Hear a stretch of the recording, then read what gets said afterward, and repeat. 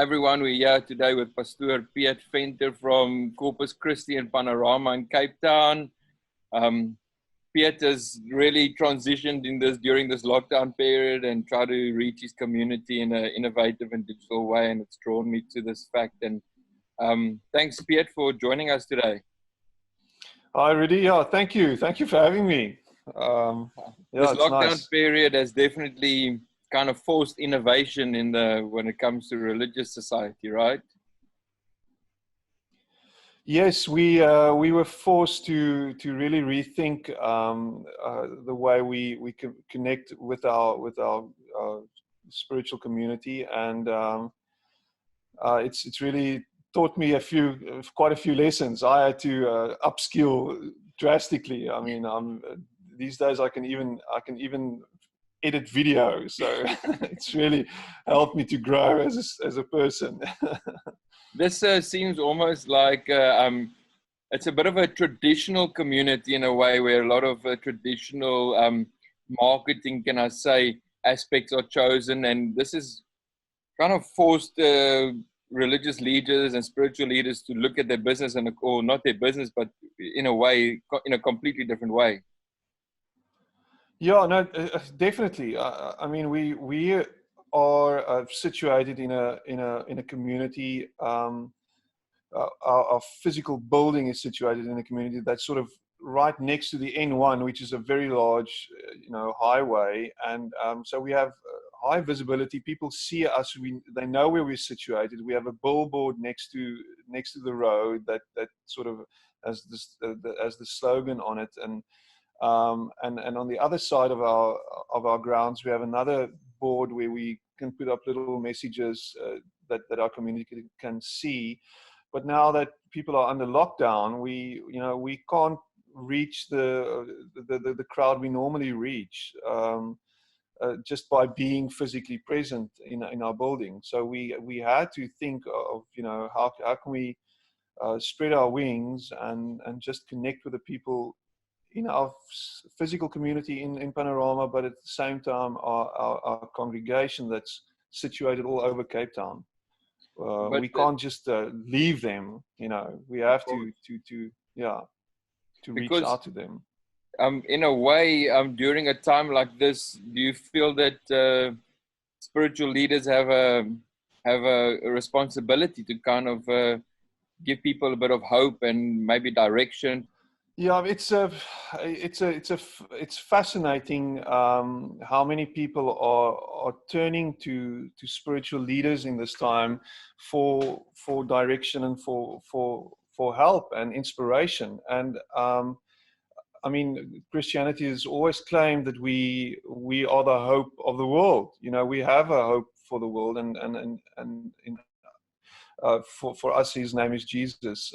So we need to be that beacon of hope that says, there is someone who has an answer in this time, and who will be with you, and who will be guiding you. So we had to really say, this is our time to shine. This is our time to give people some hold on to in this, in these unprecedented times. I mean, so we really had to think, how can we get this message across? I can't stand on a pulpit on a Sunday morning at this moment, so we have to get this message out there through digital channels. And people need hope and inspiration. We can see it in our own church and in my physical community. We can see people, connecting with us and asking lots of questions and saying, how will we make it through? And we just go back to our basics that says that, hope is a person, and in him we have a whole lot of stuff to hold on to. So, yeah. It seems taking that message into consideration and taking a look at the lockdown levels, congregations and events and that sort of thing are right on the lowest priority, and for good reason when it comes to health and everybody standing together. So from a sustainability perspective, if you're looking at this maybe lasting a few weeks or a few months, and churches, I think, can only gather after lockdown 1, How does that impact the church's survival during a period like this? Does it impact you directly? As a church, we rely on people's generosity. So we make deal with donations. So people give according to their hearts in terms of how they feel they need to give. So we're not a business in the sense that we are marketing a product. Of course. If you want to be cynical, you say you want to be cynical, you can say we sell Jesus, but we don't do that. What we do is we bring a message of hope, and people can connect to that and say, you know, we want to give, because as a church we have an obligation also to reach out to community and to people who are in need. So in this time we're still helping people who don't have. We're handing out food parcels. We're doing that side of church, and we're going strong with that. Really helping people who are in need, and we can see that escalating. There are more and more people who are struggling in this time.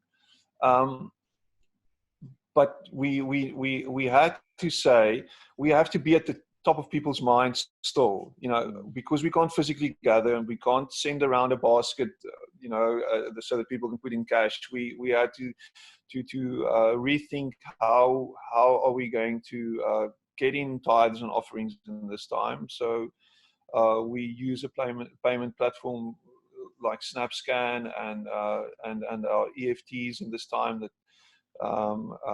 that people can donate to and give as they feel. And we have seen that that there's been definitely a bit of a downturn in that. But at the same time, we've been astounded that people still give in this time. So it's not that they've forgotten about the church. It's just that I think it's pinching them in terms of cash flow. People are really seeing their salaries being cut. I think, for us especially, we're stranded across the ocean, and the digital aspect of church has really assisted us in a direct way. So, I mean, as far as that side goes, I think the reach of digital channels is incredible in the way that it's immediate and it can cross any ocean. So you're not just looking at a direct audience who you speak to on a Sunday morning, but people that you're speaking to maybe across the world. I'm thinking, I was hearing somebody said the other day, and he was talking about responsibilities of leaders, and like we discussed, this responsibility of spiritual leaders. But do you feel that there's a certain amount of responsibility of the person who is part of a community to continue engaging with that community, even though they're not within that environment? So being part of that congregation, even though you might be sitting at home in your pajamas watching Pastor Peet speak on Facebook, there's a responsibility by the congregation to still engage within that environment? Or do you feel it's completely changed the way we look at church forever, or it might drive people away? Because like I said earlier, we're seeing big spiritual leaders, the Vatican and that sort of thing, having churches through cell phones now, that it might drive people away from actually physically going to the building, because now we've created those digital channels. There's definitely I think in future what's going to happen is people are going to continue, or churches are going to continue with their digital platforms. We've seen that this is definitely a way of having a wider reach. And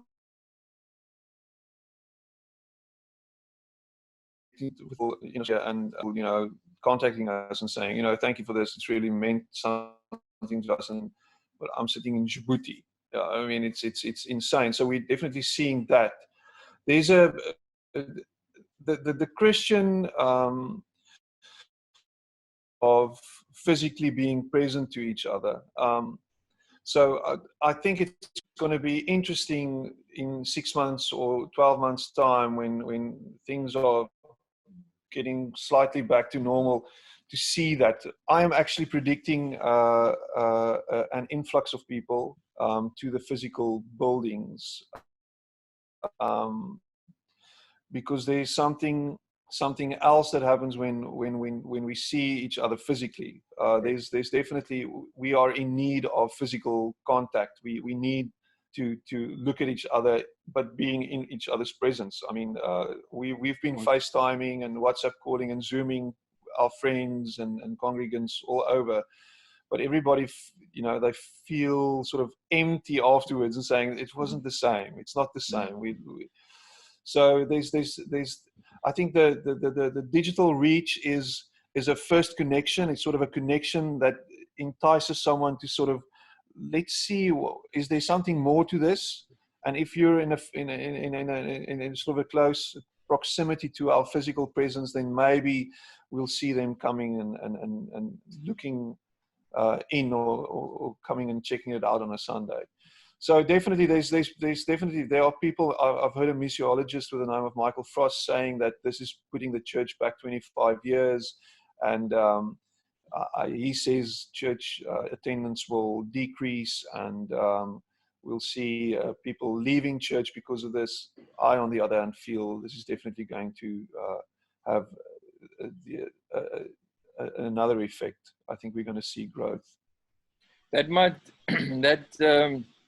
bring that up. It might, you know, a person has to consider what effect this has on you. Somebody that has for so long goes on a Sunday or several times on a weekend and speaks to his congregation, connects with his community. This must have turned your world upside down as well.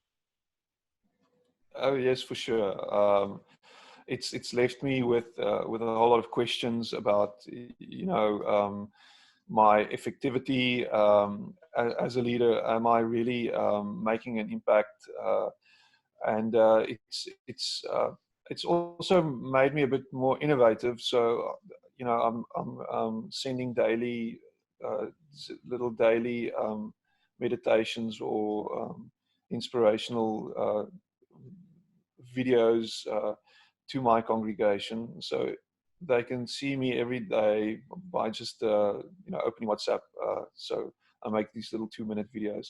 So it's definitely made me more intentional in the way that I connect with the people. You know, because often you're stuck in a rut as a leader, that you're doing a lot of stuff behind the scenes and during the week, and it all leads up to Sunday when you'll be in front of a few hundred people, and you can connect with them and afterwards have coffee with them or whatever.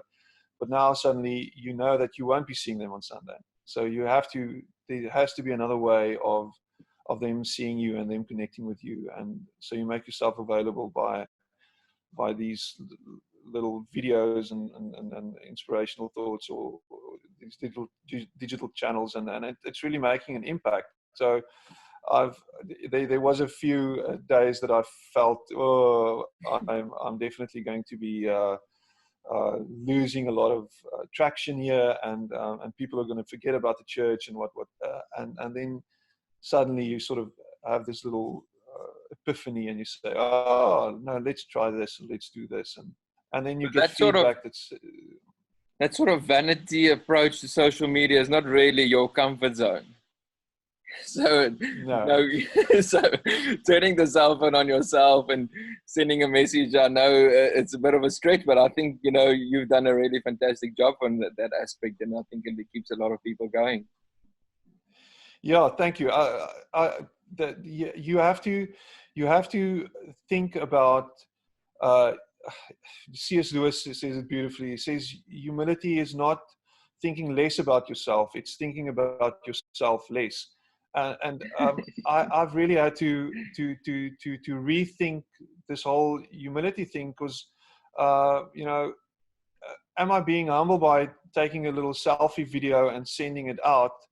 And then you have to say, why am I doing this? Am I doing this to promote myself, or am I doing this to help the person on the other side, to inspire the person on the other side? And that's what once I made that shift in my mind of, this is not about me. This is about them. It's about them being inspired and then them being, you know, uplifted in their circumstances. Then I'm definitely making an impact. And I've had so many people just direct messaging me and saying, you know what, thank you for this. I just needed that specific word or inspiration at that specific moment. And then, you know, it's all worth it. This discomfort I'm feeling by looking at myself in a little video is all worth it, because it's helping someone on the other side.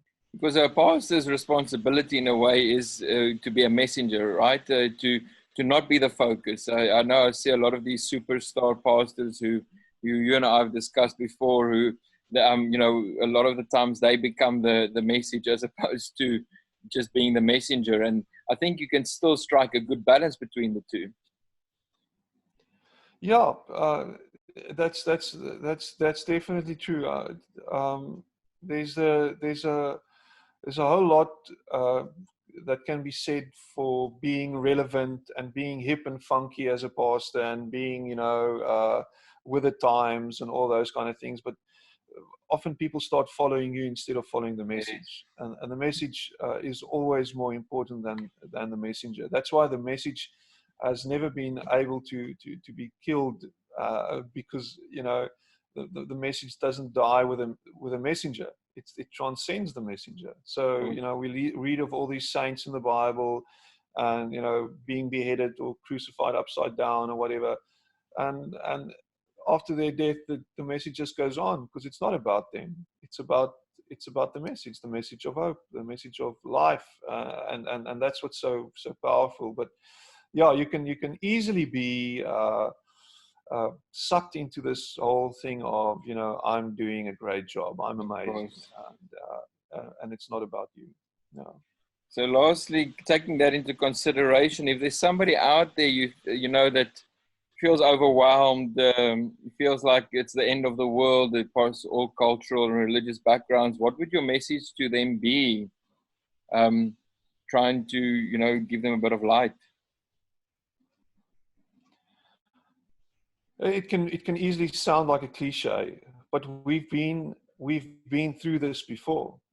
We have been through this before, and there's this beautiful psalm in the Bible called Psalm 23, where David says, "Even though I go through the valley, you will not leave me." And I think it's very important to know that you can't skip the valley. You're going through the valley. We are in a valley at the moment. We are in a dark spot at the moment, but we'll get through to the other side. By hook or by crook, we will. And when we look back at this, we'll see, and in my case and how I see it, we'll see the hand of God, and we'll look back and say, "Thank you, God, for being with us in that moment, and for not leaving us." When all hope dissolves and darkness envelops us, He is there, and His light will not be killed off, because light will never be swallowed by darkness. Darkness will always run away from light. So I think it's very important to know that we'll get through this. We'll have the marks that show that we were in this after this, but we will be better for it. That's how I believe it. Well, thank you very much, Peter. I appreciate your time. Thank you, Rudi. Yeah, blessings to you guys, and good luck in Bali.